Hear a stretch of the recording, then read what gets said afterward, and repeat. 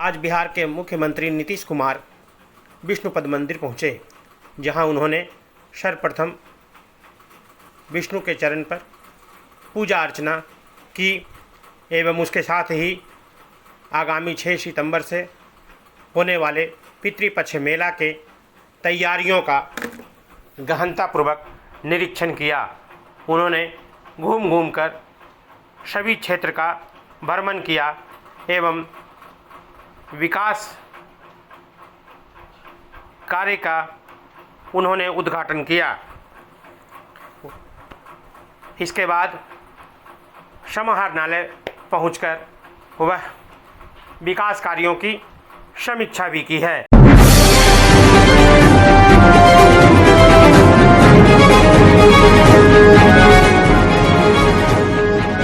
मुख्यमंत्री नीतीश कुमार आज गया जिले के बेलागंज स्थित पड़ाव मैदान में कार्यकर्ताओं के साथ आयोजित संवाद कार्यक्रम में शामिल हुए।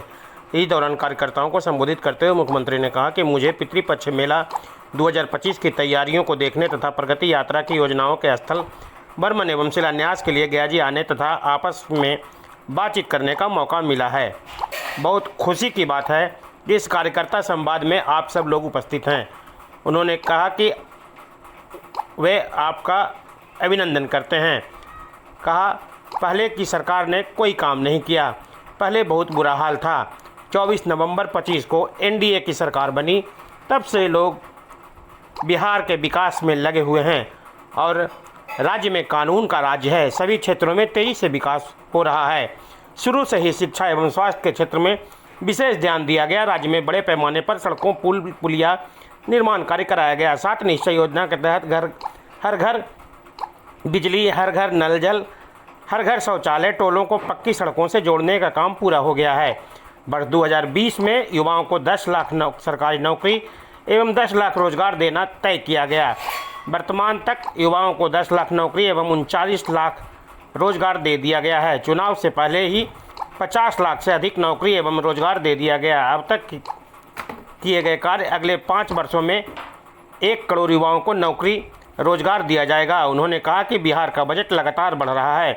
2005-06 में नई सरकार बनने के समय राज्य का बजट पहले से ही मात्र 28,000 करोड़ रुपए था, जिसे वर्ष 2006-07 में बढ़ाकर 34,000 करोड़ रुपए किया गया और यह लगातार बढ़ते बढ़ते अब 3,16,000 करोड़ रुपए से अधिक हो गया है। मुख्यमंत्री ने कहा कि हाल ही में कुछ नए निर्णय लिए गए हैं। सभी वृद्धजनों, दिव्यांगजनों, विधवा महिलाओं को मिलने वाली पेंशन राशि 400 से बढ़ाकर 1100 की गई। 1 करोड़ 12 लाख लोगों को फ़ायदा हो रहा है। 2018 में हर घर बिजली पहुंचा दी गई। सरकार द्वारा शुरू से ही बहुत सस्ती दर पर बिजली दी जाती थी। अब लगभग सभी घरेलू उपभोक्ताओं को बिजली मुफ्त दी जा रही है। सरकार की तरफ से सभी इच्छुक लोगों के घरों पर सोलर लगाए जाएंगे। हाल में महिलाओं के रोजगार के लिए एक नई योजना मुख्यमंत्री महिला रोजगार योजना की स्वीकृति दी गई है, जिसमें हर घर की एक महिला को रोजगार शुरू करने के लिए 10,000 रुपये की राशि दी जाएगी। जिनका रोजगार अच्छा चलेगा उन्हें 2 लाख रुपये तक की अतिरिक्त सहायता भी दी जाएगी। यह काम इसी सितंबर माह से शुरू हो जाएगा। बिहार में नए उद्योग लगाने के लिए मुफ्त जमीन एवं विशेष सहायता दी जाएगी। मुख्यमंत्री ने कहा कि गयाजी एवं बोधगया में हर साल लाखों लोग आते हैं। पहले यहाँ सुविधाएं बहुत कम थी, अब यहाँ इंतजाम करा दिए गए हैं। गयाजी में फल्गु में रबर डैम, सीता सेतु बांध का निर्माण किया गया है। बोधगया में महाबोधि सांस्कृतिक केंद्र एवं एक विशिष्ट गृह का निर्माण कराया गया है। अब गया का नाम बदलकर गयाजी कर दिया गया है। उन्होंने कहा कि बेलागंज विधानसभा क्षेत्र में अनेक काम कराए गए हैं, जिनमें बेलागंज प्रखंड में अतिरिक्त प्राथमिक स्वास्थ्य केंद्र का निर्माण कराया गया है। बेलागंज से बराबर पथ का निर्माण कराया गया। बेलागंज विधानसभा क्षेत्र में 166 ग्रामीण सड़कों एवं 4 पुल का निर्माण कराया गया। यहाँ पर 1 विद्युत उपकेंद्र एवं 3 कृषि फीडर का निर्माण कराया गया है। बेलागंज प्रखंड में 4 आहर पैन का जीर्णोद्धार कराया गया है। बेलागंज प्रखंड में मोरहर नदी पर बांध निर्माण कराया गया है। बेलागंज के कोटेश्वर धाम मंदिर में पर्यटकीय सुविधाओं का विकास कराया गया है। वर्ष 2024 के दिसंबर एवं 25 के जनवरी फरवरी माह में प्रगति यात्रा के दौरान उनके द्वारा गया जिले में आकर विकास कार्यों को देखा और जो कमी रही उसे पूरा करने के लिए 13 योजनाओं की स्वीकृति दे दी गई है। इन योजनाओं में 3 सिंचाई, 2 फ्लाईओवर निर्माण, 5 पथ निर्माण, 2 पार्क निर्माण, इमामगंज में 1 डिग्री कॉलेज की स्थापना शामिल है। आज इनमें से 10 योजनाओं का शिलान्यास किया गया। उन्होंने कहा कि उन्होंने शुरू से ही सभी तबकों का विकास किया है, चाहे हिंदू हो, मुस्लिम हो, अपर कास्ट हो, पिछड़ा हो, अति पिछड़ा हो, दलित हो, महादलित हो, सभी के लिए काम किया गया है। मुस्लिम समुदाय के लिए ही उन्होंने काफ़ी काम किया है। मदरसों को सरकारी मान्यता दी गई है एवं उनके शिक्षकों को सरकारी शिक्षकों के बराबर वेतन दिया जा रहा है। वर्ष 2006 से ही कब्रिस्तान की घेराबंदी शुरू की गई है। बड़े पैमाने पर कब्रिस्तानों की घेराबंदी की जा चुकी है। अब कोई झगड़ा झंझट नहीं होता है। वर्ष 2016 में से 60 वर्ष से पुराने हिंदू मंदिरों की घेराबंदी की जा रही है। कार्यक्रम में जल संसाधन संसदीय कार्य मंत्री विजय चौधरी, लघु जन संसाधन मंत्री संतोष सुमन, विधायक मनोरमा देवी सहित अन्य जनप्रतिनिधिगण, कार्यकर्तागण, गणमान्य व्यक्ति एवं बड़ी संख्या में लोग उपस्थित रहे।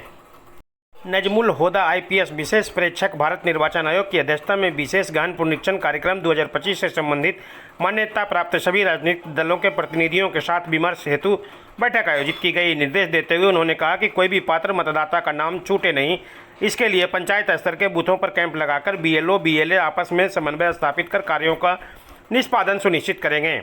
विशेष गहन परीक्षण का कार्य पारदर्शिता पूर्वक संपन्न कराने के उद्देश्य से सभी राजनीतिक दलों के प्रतिनिधियों द्वारा सुझाव व्यक्त किए गए। जिला निर्वाचन पदाधिकारी गया शीर्षांक शुभंकर ने अपने संबोधन में कहा कि विशेष गहन पुनरीक्षण कार्य पारदर्शी तरीके से किया जा रहा है। कोई मतदाता न छूटे। दावा आपत्तियों का आवेदन 1 सितंबर तक प्राप्त किए जाएंगे। जिला निर्वाचन पदाधिकारी ने बताया कि ड्राफ्ट रोल में 29,01,493 मतदाताओं का नाम शामिल हुआ है, जो 99.93% मतदाताओं का नाम ड्राफ्ट रोल में आया है। सभी मान्यता प्राप्त राजनीतिक दलों के प्रतिनिधियों ने बताया कि पूरी पारदर्शिता से विशेष गहन पुनरीक्षण का कार्य किया जा रहा है। जिला निर्वाचन पदाधिकारी द्वारा समय समय पर विशेष गहन पुनरीक्षण का कार्य के संबंध में बैठक कर अवगत कराया जाता रहा है। सभी राजनीतिक दल द्वारा काफ़ी प्रसन्नता व्यक्त किया गया है कि पूरी पारदर्शिता एवं निष्पक्षता के साथ विशेष गहन पुनरीक्षण का कार्य गया जिले में किए जा रहे हैं। भारत निर्वाचन आयोग के निर्देशों का समय समय पर बैठक आयोजित कर सभी जानकारी उपलब्ध करवाया गया। इस अवसर पर वरीय पुलिस अधीक्षक आनंद कुमार सहित मान्यता प्राप्त सभी राजनीतिक दल के प्रतिनिधिगण उपस्थित थे। गया जंक्शन स्थित प्लेटफार्म संख्या 1 से आपराधिक गतिविधि की निगरानी के दौरान RPF ने एक 14 वर्षीय नाबालिग बच्ची को गुमसुम बैठे देखी। इसके बाद उक्त लड़की से पूछताछ के क्रम में बताया कि वह शेखपुरा की है और घर से डांट फटकार के कारण निकल चुकी है, जिस पर RPF ने उसे पकड़कर चाइल्ड लाइन को सुपुर्द किया ताकि वह युवती किसी गलत व्यक्ति के हाथों शिकार न हो जाए। मोहनपुर थाना की पुलिस ने चोरी छुपे अवैध बालू के परिवहन पर रोक लगाने के उद्देश्य से निगरानी के दौरान एक अवैध रूप से बालू लदे ट्रैक्टर के परिवहन को रोका एवं ट्रैक्टर को जब्त कर लिया गया है। इस संबंध में मोहनपुर थाना कांड संख्या 345-25 दर्ज कर लिया गया। गया जी कोतवाली पुलिस ने थाना क्षेत्र के मुरली हिल से सुजीत कुमार पिता विनोद प्रसाद को हिरासत में लिया है।